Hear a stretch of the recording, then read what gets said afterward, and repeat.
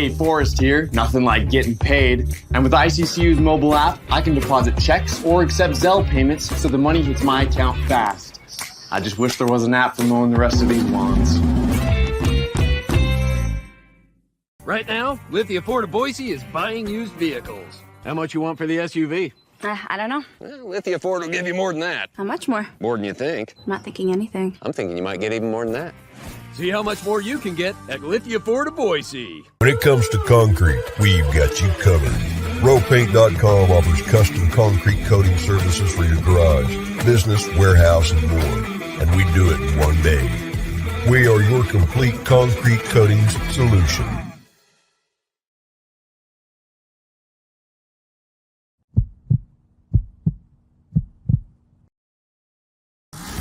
This is Bronco Nation News Live.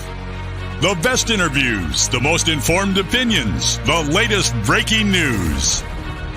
Joining BJ Rains today is KTIK 95.3 FM The Ticket's Mike Prater. Listen to Idaho Sports Talk with Prater in the Ballgame. Weekdays from 3 to 6 on 95.3 FM The Ticket and online at KTIK.com.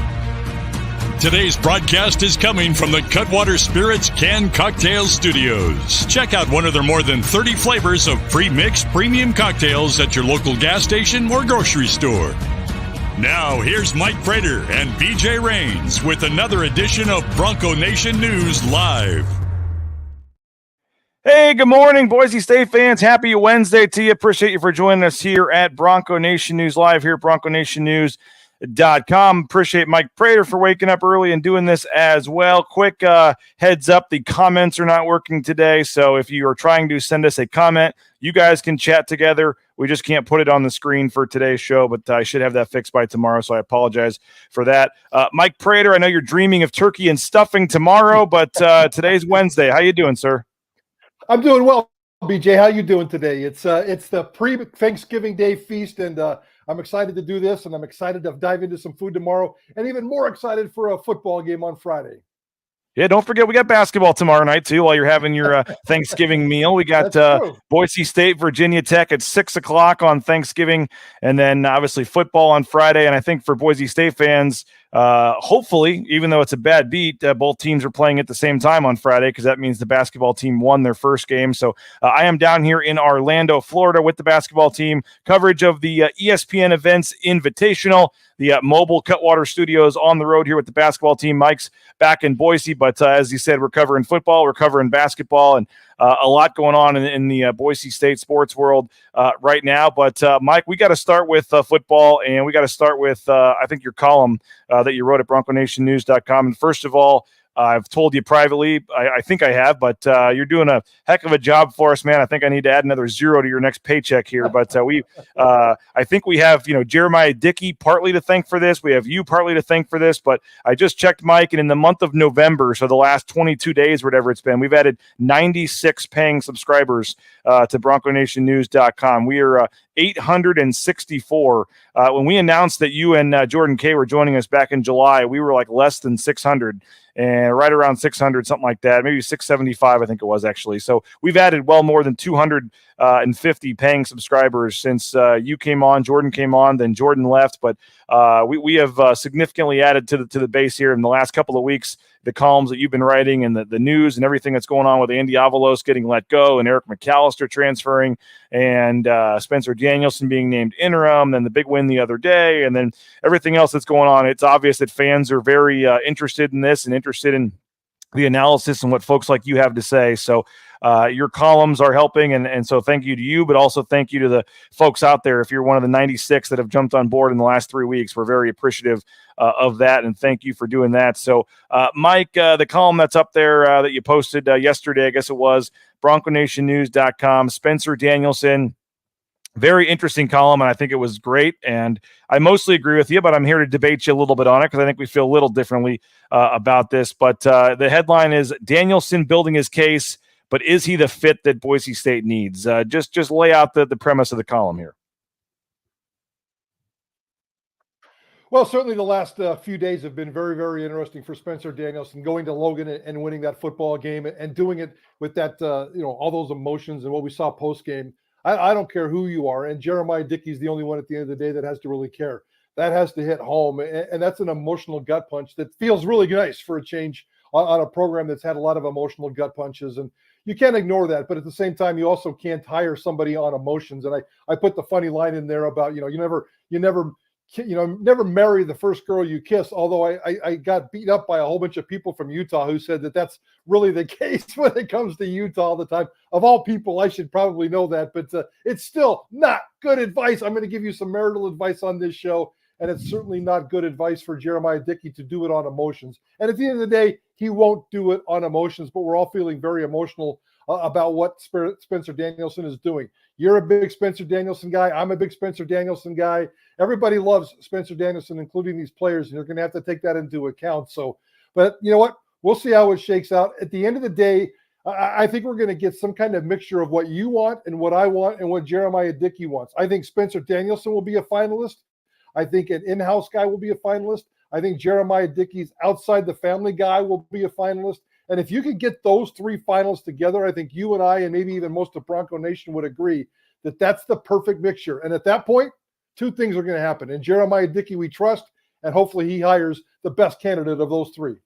Yeah, and I do want to make it clear. I talked about it on Idaho Sports Talk yesterday, Mike. I'm not saying 100%, no doubt about it, you have to hire Spencer Danielson. I think it comes down to who the other candidates are. If you can get what I would call a home run hire, a Kellen Moore type, somebody that a Tom Herman, a Jimbo Fisher, just some guy that's like obvious. If the guy wants the job, you give it to him. Yes, that's who you take. I don't know if that's going to happen. In my opinion, when you start getting down to the Sean Lewises, the Ryan Grubbs, guys that are coordinators, and I know they've been head coach. I know Lewis was a head coach at Kent State and did a really well job there. But the James Madison coach is being thrown around. The Texas State coach Kinney. Some of these guys, I just don't know if they would really be an upgrade over Spencer Danielson, in my opinion. I think that the relationship Spencer Danielson has with the players, with the community, with some of the boosters, just with the media, I think that all that is worth something when it's time to choose a head coach. So I just want to make it clear. I'm not saying it's like Spencer Danielson or bust.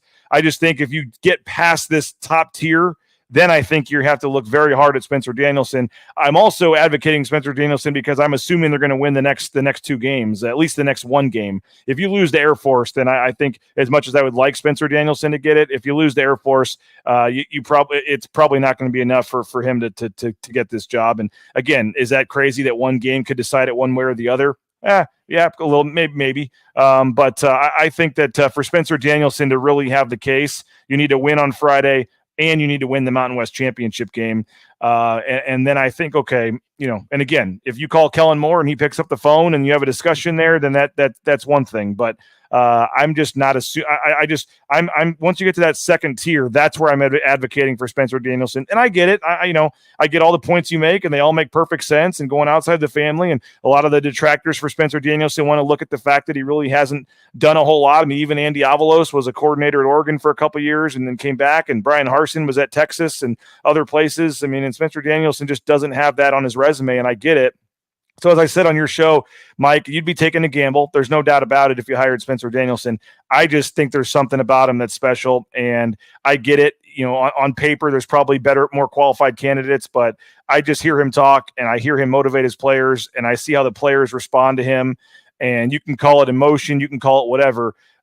We all think at some point, or I have for a couple of years, that at some point Spencer Danielson would be a great head coach. Maybe it's a little earlier than some of us would have thought, but I just think you can do a lot worse than Spencer Danielson. And when I hear him talk and I hear those players, and I saw that Gatorade bath and I saw how they came around him at the TV interview, I just like I said, if they get past that top tier, I think Spencer Danielson would it'd be a gamble, but I think you could do a lot worse than him. There's no doubt about it. And you and I are definitely on the same page there. I think the one massive benefit that Spencer Danielson has beyond the emotions and everything that we've talked about, the fact that he's a good guy, it's a good fit for the community. To me, this hire has to accomplish one thing. Short-term wise, it has to reunite this roster. And I did talk about this in the column. That's his number one job, is to come in and bring unity to this roster. And that means preparing for the transfer portal and preparing for maybe some NIL and being proactive and getting some NIL money and some love.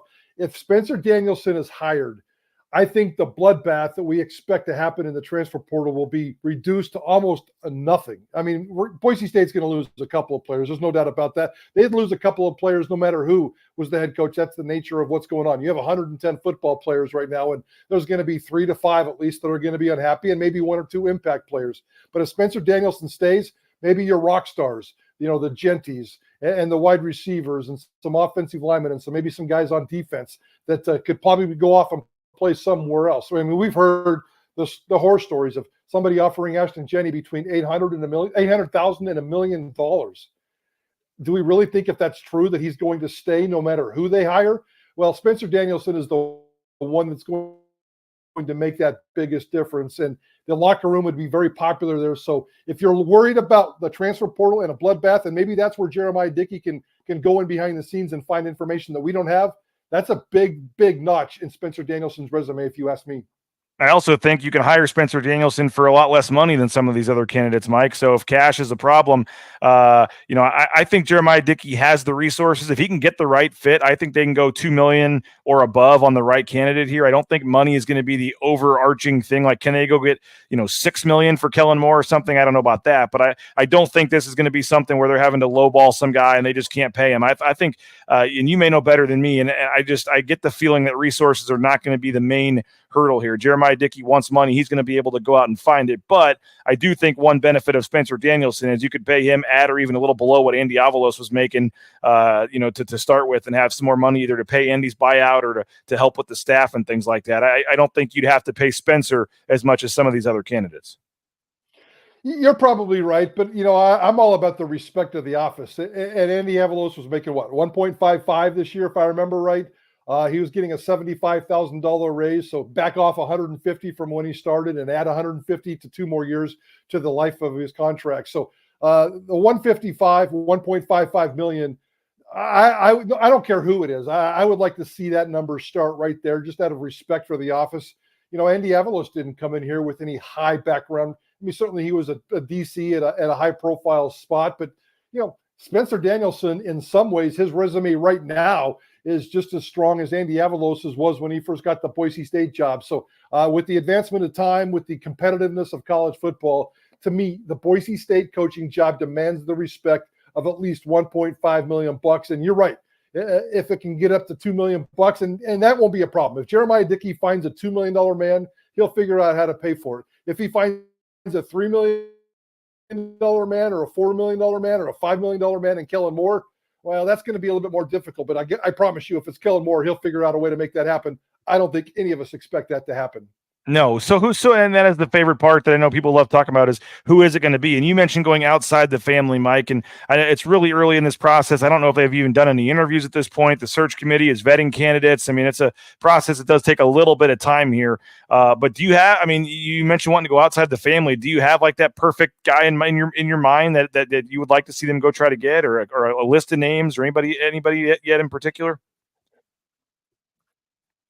No, especially outside the family, I don't. And when I say outside the family, I almost think that that's Jeremiah Dickey's, personal wish list of maybe somebody he's worked with in Texas.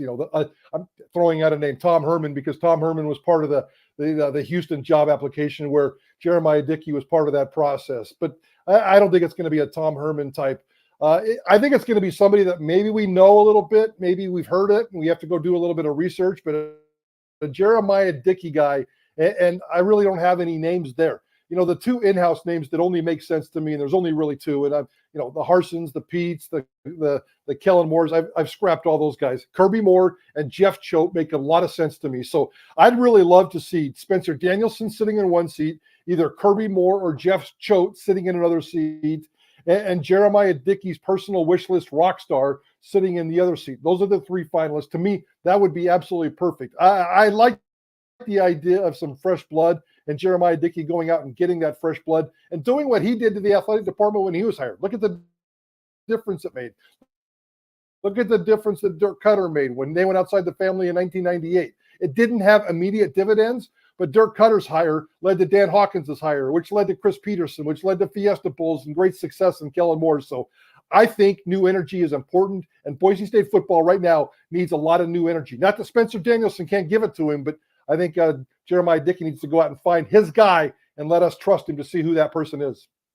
So you really think Kirby Moore would be a better hire than Spencer Danielson? No, I don't. But I would like to see. I would like to see Kirby Moore. If I would probably pick Jeff Choate, who was part of the process last time. So he's got some head coaching experience. Nothing great. I mean, high school and FCS, and now he's at Texas. We know that. I think he's got the right combination of tough love, discipline, structure, player-friendly kind of guy who could come in and do what you want. I'm not advocating either one of them, to be honest with you. And you're right, Spencer Danielson probably would be better than Kirby Moore. But if Kirby Moore was one of the finalists and we were having conversations, I think that would be pretty exciting. And I'm very curious as to see where his career is going to go. I do like an offensive guy. I think an offensive guy is important, but it's not mandatory. So Kirby Moore does have some appeal to me. Yes, absolutely. What if in a perfect scenario, we said it's not going to happen, but if you were able to get Kellen Moore to come back, would you think Kirby would come back as OC and associate head coach?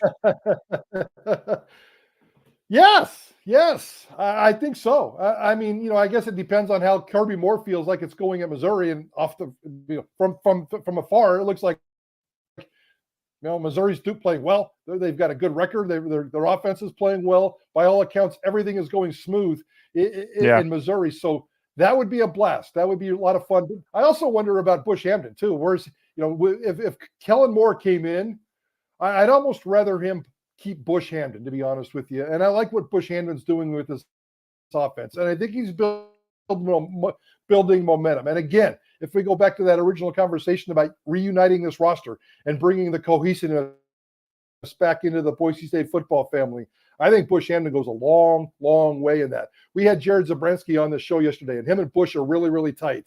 And he thinks Bush really pushes all the right buttons in terms of being a people person, being a smart X's and O's guy, being creative and innovative. And this offense, I mean, there's only one other team in college football right now that's had more 30-point consecutive games than Boise State, and that's the University of Oregon. I think they've had 11 30-point plus games. Boise State's had 8 or 9. This offense is cooking, despite the weirdness. A wide receiver room that's underperforming, a running back group that you have to juggle, quarterbacks that you have to juggle, tight ends that are non-existent, and somehow Bush Hampton is getting it all done. A Kellen Moore, Bush Hampton, Spencer Danielson coaching staff. Is that the rock star coaching staff that everybody in this country would love? I think it would be. Yeah, and I think I would put it at like 2.5% or something that they would actually get Kellen Moore. But the coach, Staley there with the Chargers, there's a good chance he gets fired, and you just wonder if maybe Kellen says for a couple of years I'll come stabilize things for you. My goal is still to coach in the NFL, but maybe he gives it a shot for a couple of years. I don't know. We saw the Football Scoop story saying that was but I don't think that should surprise anybody that Kellen Moore's at the top of the list. I know you have to. You have to make the call, at least if you're Jeremiah or Marlene Trump, and at least gauge interest. But I don't think any of us would expect that. Speaking of Bush Hampton, though, Jay Tuss was I saw Jay Tuss mention on our show last week. I don't know if you've looked at the contract for Bush Hampton, Mike, but I him and Spencer both have 2-year deals.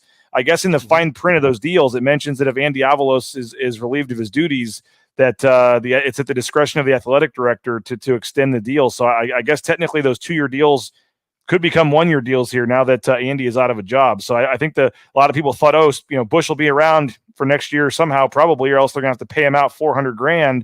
That may not be the case. I don't know if you looked at that contract or not, but Jay was mentioning something about that. I have this contract sitting on my desk. I haven't gotten deep into the fine print. I will check that out. That makes a little bit of sense, and that would be good, and that would be wise for Jeremiah Dickey to have that access for him. I mean, if he's already paying 3.28 to get rid of Andy, and we know the coaching transitions, getting rid of 10 assistant coaches, and I think half these guys are probably under contract for another year or two, and certainly that would be. I mean, what Spencer Danielson and Bush Hampton are both making over $400,000 or somewhere in that neighborhood. Yep, that's $800,000 that Jeremiah Dickey definitely doesn't want to spend. Yeah. Hey, let's move this forward to the Mountain West Championship race, and in the final 10 minutes or so here, and what we think about Friday's game and this crazy scenario of Boise State actually winning it, because I think the coaching search is fun to talk about, but I still think there's a week or two left to be played in this. I do have this scenario. We've all seen the videos though, Mike, where the interim guy gets promoted and the athletic director goes down there and says, "I'd like to introduce you to your new head coach," and then the guy walks in that they all already know. I can already picture this if they win the championship that next Monday or Tuesday at the team meeting when if it were to happen like that, where Jeremiah Dickey says, guys, I've searched far and wide, this national search to find your next head coach, and I want to introduce you to your next head coach, and coming around the team room door right there is Spencer Danielson and the whole team erupting and going crazy. I mean, there's a scenario where we could see that happening, right? I mean, sure. So that's the vivid picture I get in my mind of them just kind of mobbing him if that ends up being the case. But again, I think you have to win Friday. And I think you probably have to win the championship game too. And I said it at the beginning, but Spencer Danielson did get a little fortunate here. I mean, let's be honest. I mean, he beat Utah State,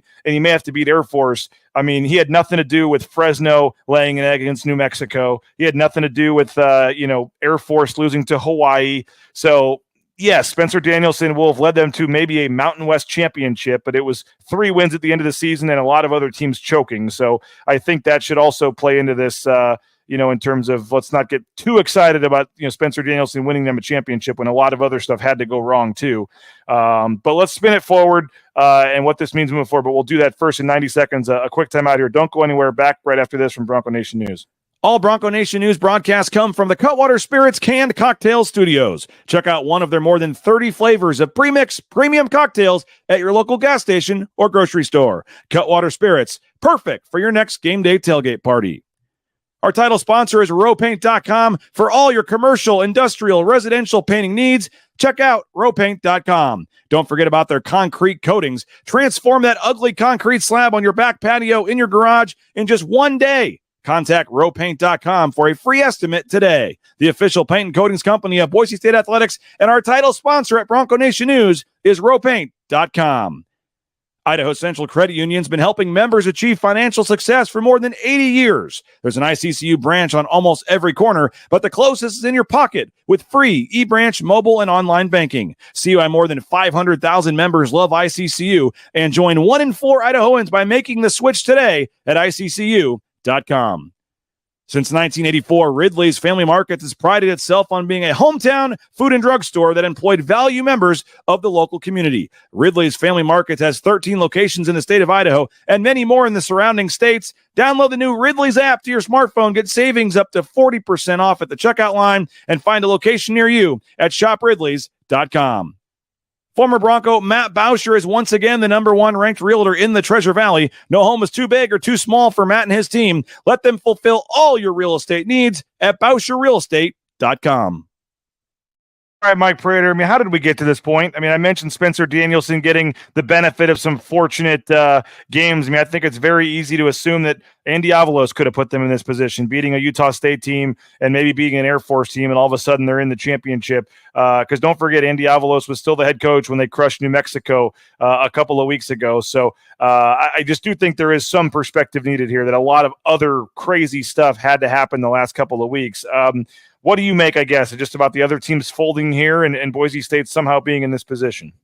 Yeah, you're spot on. And the surrounding circumstances are absolutely benefiting Boise State and Spencer Danielson. Don't forget, Air Force and Utah State have lost combined 5 of their last 8 football games. And this whole thing's about timing. And when you were talking about Kellen Moore and potentially getting fired, what if the timing happens where it's like 4 days before Jeremiah has to make a decision and Staley gets fired and Kellen Moore calls around, and the landscape at the time might be a little bit dry and not a lot of stuff out there, and he might not be as marketable because he's been attached to this football coach who just got fired. What if the timing is perfect? That scenario could benefit like a Kellen Moore type of situation, just like this scenario is benefiting Spencer Danielson.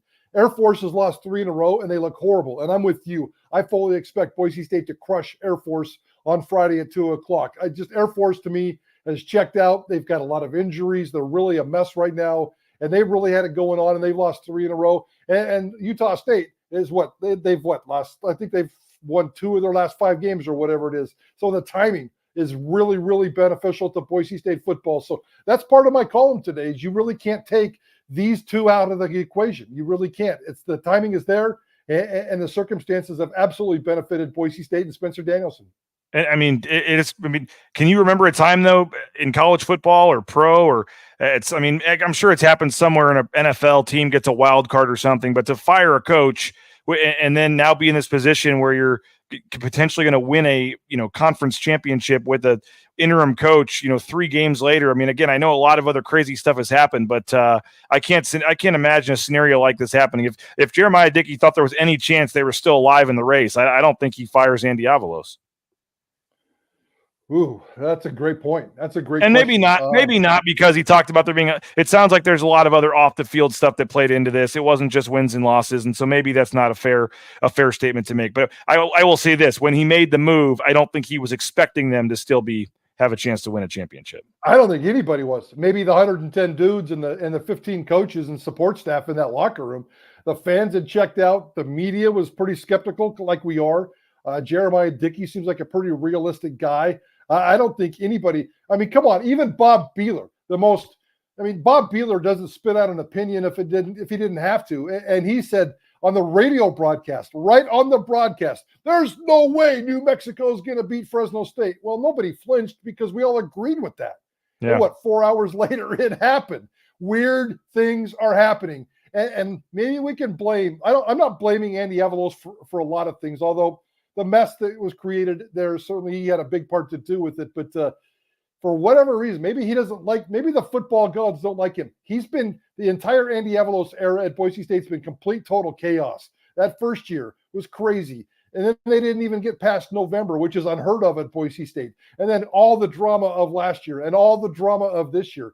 I feel like I've been beaten up by a tornado, and I'm just on the outside looking in like the rest of them. I can't imagine what it's like to be inside that football family and what they've gone through. So it's been crazy. It's been chaotic, and the timing has been very, very bizarre. Karma is not sitting well with Boise State football, but it looks like they're trying to reverse that right now. If you jumped in late, I said at the beginning of the show, we can't take your comments. You guys are chatting together in the chat there, but we can't throw it on the screen, so we're not ignoring you. Just a technical difficulty today. We're working through that, so we'll have that back hopefully here in the next couple of days. Mike, I do want to talk basketball for a couple of minutes before we get out of here. Tournament starts tomorrow night. 6 p.m. Mountain Time, 8 p.m. here in Orlando. Boise State against Virginia Tech in the opening game of the ESPN Events Invitational.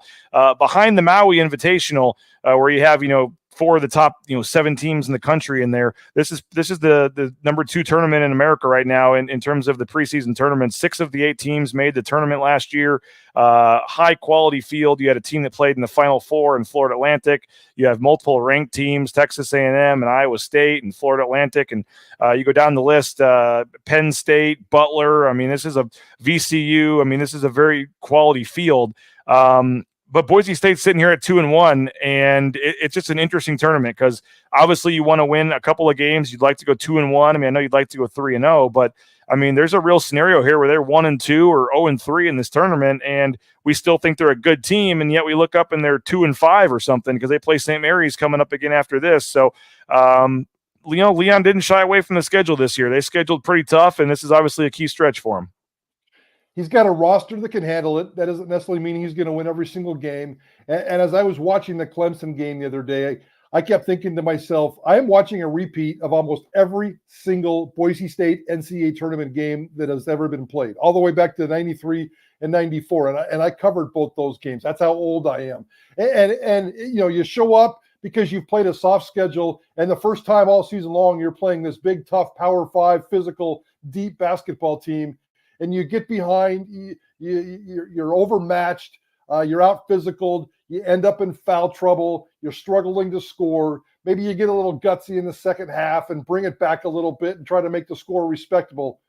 Everything Boise State did against that Clemson game, everything they're doing on Thanksgiving night against Virginia Tech and in this tournament, and then in St. Mary's game at Idaho Falls, to me, sets you up for success in March. When Boise State goes into the NCAA tournament, and they're going to make the NCAA field, I'd be stunned. I think we'd all be stunned if they just didn't make the field. Of course, I expect them, and we all want to see that first victory. But when they go into the NCAA tournament next March, they're not going to be outmatched. They're not going to be physically, imposed in those first few minutes. They're going to be able to survive that onslaught, be physical, and then come back in the second half and be competitive. So, yeah, it'd be nice if they win a couple of these games. Hopefully they don't win or lose enough of them where it really crushes their RPI, or I think it's called Ken Pom now that you love to throw out there. But I think that this is setting them up for success in March. I don't really care what the record is. They're going to play really well in the Mountain West. They're going to be in a position to get to the NCAA tournament.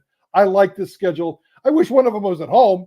And next year, I know Clemson is coming to home. That's pretty darn cool. And I understand the appeal of taking the St. Mary's game to Idaho Falls and spreading your brand across the state.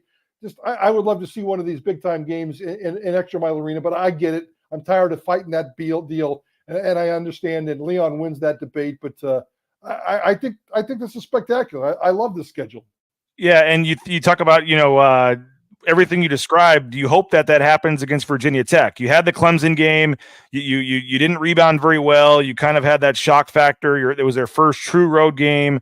Tyson got in foul trouble. It didn't go well, but you look up early in the second half and it's tied, and they just weren't able to make enough plays, and then it kind of just got away from them there. The last 10 minutes. I don't think that was a 17-point game. It was probably a 10 to 12-point game. It's the final margin there in the last 5 minutes. Kind of blew up a little bit. But as you're saying, you learn from that. You make some adjustments. Well, hopefully that happens. 3 days later against Virginia Tech, where you can rebound and make some of those improvements now and win that game on Thursday. And I totally agree with you. I think that they'll certainly be battle tested. I mean, when I was watching that game, Cam Martin again, he's hitting threes, he's posting guys up, and Omar Stanley was doing some things as well. They combined for 26 points, 11 rebounds. Cam Martin and Omar Stanley on the road against an ACC team that's probably an NCAA tournament team, and your two centers you went and got in the transfer portal combined for 26 and 11.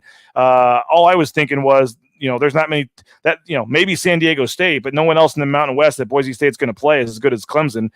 So my whole thought was, okay, if these guys are both doing this against an ACC team, they're both legit. And so I do think that there were some positives in that game that I saw that, you had a rough game. If they played Clemson 10 times, I don't know if they lose by 17 every time, but you got that one out of the way.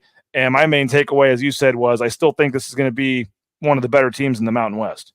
I love this roster, and watching that Clemson game was really fun. And the transfer portal, I wish football had that kind of success in the transfer portal. Maybe Andy Avalos would still be the head coach. And I know that's a little bit of a cheap shot, but they've struggled on the football side to find big-time, short-term impact players on this roster. And I think Leon Rice found it. I don't think we know. We can see it. We saw it on Friday. We saw it again in the Clemson game on Sunday, and we're going to continue to see it. Cam Martin and Omar Stanley, those guys have played some of these big games. They don't really have to deal with the shock factor. And I know Tyson and Max Rice don't either. They've played in some of these big enough games, but they struggled in this game. It was a physical mismatch for them, and it was a learning experience for them. But you know me, I'm always looking for a reason to beat up on Leon, but I love what he's done with this roster. The depth is there. Everything about this roster is really, really attractive. My only complaint now is I have to wait a month to see him at home. We're going to see what North Texas in that first 10 days of December. But when they come back to Boise, this will be a completely matured, developed basketball team. Game on at that point, BJ. You got this 3-game tournament, and then you got St. Mary's. I think you need to find a way in these next 4 games to go 2-2. And that sounds crazy. I mean, you'd love to go 3-1, obviously 4-0. But if you can at least just go 2-2, I think you will have, quote unquote, survived this kind of gauntlet and not have killed your chances for the NCAA tournament or killed the rest of the season before it started. I think you got to find a way to just go 2-2 somehow in the next 4 games here and see what happens. But yeah, I don't know if you're already thinking about the turkey tomorrow or what, Mike Prater. You're way more positive on the Broncos than I thought you would be. I talked to Leon, talked to Max and Tyson after practice yesterday down here in Orlando, and I do think that was kind of a good wake-up call for them, and I think they're going to come in with Leon said this is probably the first time in program history they've ever played back-to-back ACC teams, by the way, going from Clemson to now Virginia Tech. So, they're definitely going to be battle-tested come Mountain West play, but you'd like to see them, on that, tomorrow's game's ESPN too. I mean, this is a big opportunity for Boise State basketball here on a national stage. I think all 3 games, if they keep winning, would be on the either ESPN or ESPN2 here. So it's a big opportunity, and we'll see what they can do the next couple of days.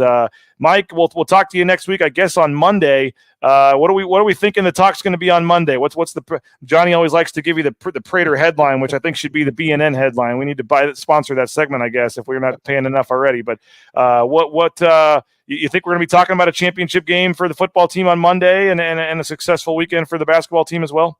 I do. The basketball team, we'll see. Yeah, I mean, just like we said, the fact that they're playing these games is going to be a success for me. Unless they get embarrassed or somebody gets hurt, I'm not too much worried about the outcome of the basketball games. So they're going to come back a better team from this experience, and you have to realize that. And yeah, I think we're all on the same page. Boise State, I think, is going to crush Air Force. I really, truly do. They think they've won 5 of the last 6, if I remember right, is what it is.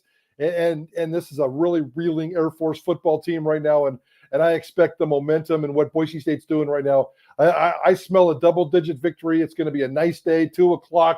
It's going to be cold, mid-40s, but the sun's going to be out. There's not going to be any other elements. The sucker will be done by 5:30, and I think it's going to be a very festive weekend.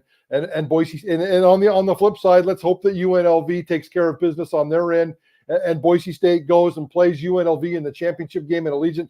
I would love to see Boise State play its last 2 games in NFL stadiums. If you could take care of the Pac-12 game, or I'm sorry, the UNLV game in Allegiant, and then go play in SoFi in a bowl game against a Pac-12 team, probably against like a UCLA, USC, maybe a Utah. That's kind of the 5, 6, 7 range where that Pac-12 is right now. That'd be a spectacular way for this football team to end its season. Yeah, you're going to have the Pac-12 championship game on Friday night, and it just seems like the Mountain West championship game in Vegas is perfect. I'm totally fine with it not being in Boise this year. You didn't do enough. You get to go down to Allegiant Stadium, play in an NFL stadium against a 10-win team, and that's a winnable game. I think a lot of Boise State fans would maybe travel down there for that. I think that'd be an awesome opportunity, and I know it would be a home game for UNLV, but that's, I think all along people have thought a neutral site championship game in Vegas or somewhere would be pretty cool to do. And like I said, Friday night, you got the Pac-12 the very next day at noon, by the way. That's going to be a quick turnaround for the folks in the arena to switch up the signage and all that. It's a noon Pacific time start for the Mountain West championship game on Saturday. But I think that'd be pretty cool, and I think that'd be awesome, and I'm looking forward to that. And I don't know how you would feel, Mike, but my initial thought would be I think Boise State would beat UNLV. I'm not quite ready to go there yet. Okay. I'll definitely jump on the Air Force bandwagon, and Air Force big. Boise State, I think, is going to beat Air Force by double digits. I'll save the UNLV prediction for Monday morning BNN Live. How's that? Well, I know you guys, I love talking to Barry Odom down there at Media Days. He was great, and I'm sure you guys will try to get him back on next week if that happens, because he was the Mizzou coach, and then Johnny said something to him about me being a Kansas fan, and he said after what he basically alluded to how he, with the way Mizzou, let him go, he said I'll root for Kansas every chance I get now. So Barry Odom seemed like a great guy, so that'd be an awesome time. And as you said, finish it up maybe against Utah. You mentioned Utah there, Mike Prater. That would be an interesting one for you. Yeah, that would suck for me because every time Utah plays Boise State, Utah gets its ass kicked, and I think Utah is 5th or 6th in the Pac-12 right now. They got Colorado on Saturday. I anticipate Utah to win that football game, but I really do believe that it's going to be UCLA, USC, or Utah playing in the LA Bowl. Of course, USC won't have Caleb Williams. They're going to lose that luster there. But nobody cares 10 years from now if you say you beat USC in a bowl game, who was on the USC roster. I've always said that. It doesn't matter. I think that would be an awesome opportunity, a name program in an NFL stadium, a chance to win a 9th game potentially with how this season started. Just craziness that we're even having this talk, Mike. But appreciate you for doing this. We'll be listening to Idaho Sports Talk, and then enjoy your Thanksgiving, Mike. And we'll have you can have Boise State basketball with your turkey, 6 p.m. on Thursday there on ESPN2 against Virginia Tech. And then obviously Friday could be fun too, because you could have the football game would be at 2:00. Basketball game would be at 3:30. So both those games could be ending about the same time. And then we'll be listening to the post-game show with Prater and Johnny, and it's going to be a lot of fun these next couple of days, and hopefully fun next week into the champion. I'll tell you this real quick, Mike, on the way out. I mean, I think I told you this, but I was so convinced Boise State was not going to be in the championship. I actually already booked a trip for my family to Las Vegas the same weekend because we're going to take the kids to see the Blues Golden Knights game on Monday, the 4th. Nice. So I may just have to go a day early, and then we may just stay in Vegas after the championship and go to the Blues Knights game on Monday. But I've had to rebook all my flights and everything because I didn't think 3 weeks ago there was any chance we would be worrying about a championship game. So it is crazy that we've reached this point, but hopefully for all the fans watching and for our businesses and readership and everything else that they can find a way to get it done against the Air Force. And hopefully, like you said, don't worry about the computer rankings. Just let UNLV win on Saturday. And then I think UNLV at Boise State would be a great, awesome Mountain West Championship game next week. So appreciate it, Mike, for your time again, for making this work from your house. And we appreciate it. And we'll be catching up with you here soon, man. Likewise, BJ, have a good time in Florida. Bring back a couple of victories, bring back some sunshine, and let's reunite on Monday and talk about a Mountain West Championship football game. Go subscribe, BroncoNationNews.com. You can read all Mike Prater's great columns. Again, 96 of you have done it since November 1st, and we truly appreciate that. So if you're on the fence, $50 for a full year using that promo code BNN50 deal. We'd love to have you jump on board, read all of Mike's stuff. You can read my stuff, all the exclusive interviews like the 20-minute interview with Eric McAllister, all that stuff still available at BroncoNationNews.com. So have a great Thanksgiving. We'll talk to you tomorrow from courtside at the ESPN Events Invitational. We'll have the full pregame show. I've cleared it with ESPN. We'll be able to do our show courtside there before and after the games, and looking forward to that. The fourth game of the day, Mike Prater. They save the best game for last, I guess. They'll be the final quarterfinal tomorrow at 8 p.m. Eastern time. You have Iowa State and VCU playing at 5:30. That's 3:30 back in Boise, and then the winner of Iowa State VCU will play the winner of Boise State Virginia Tech. So have a great Thanksgiving. We'll talk to you guys later. Bronco Nation News Live, Bronco Nation.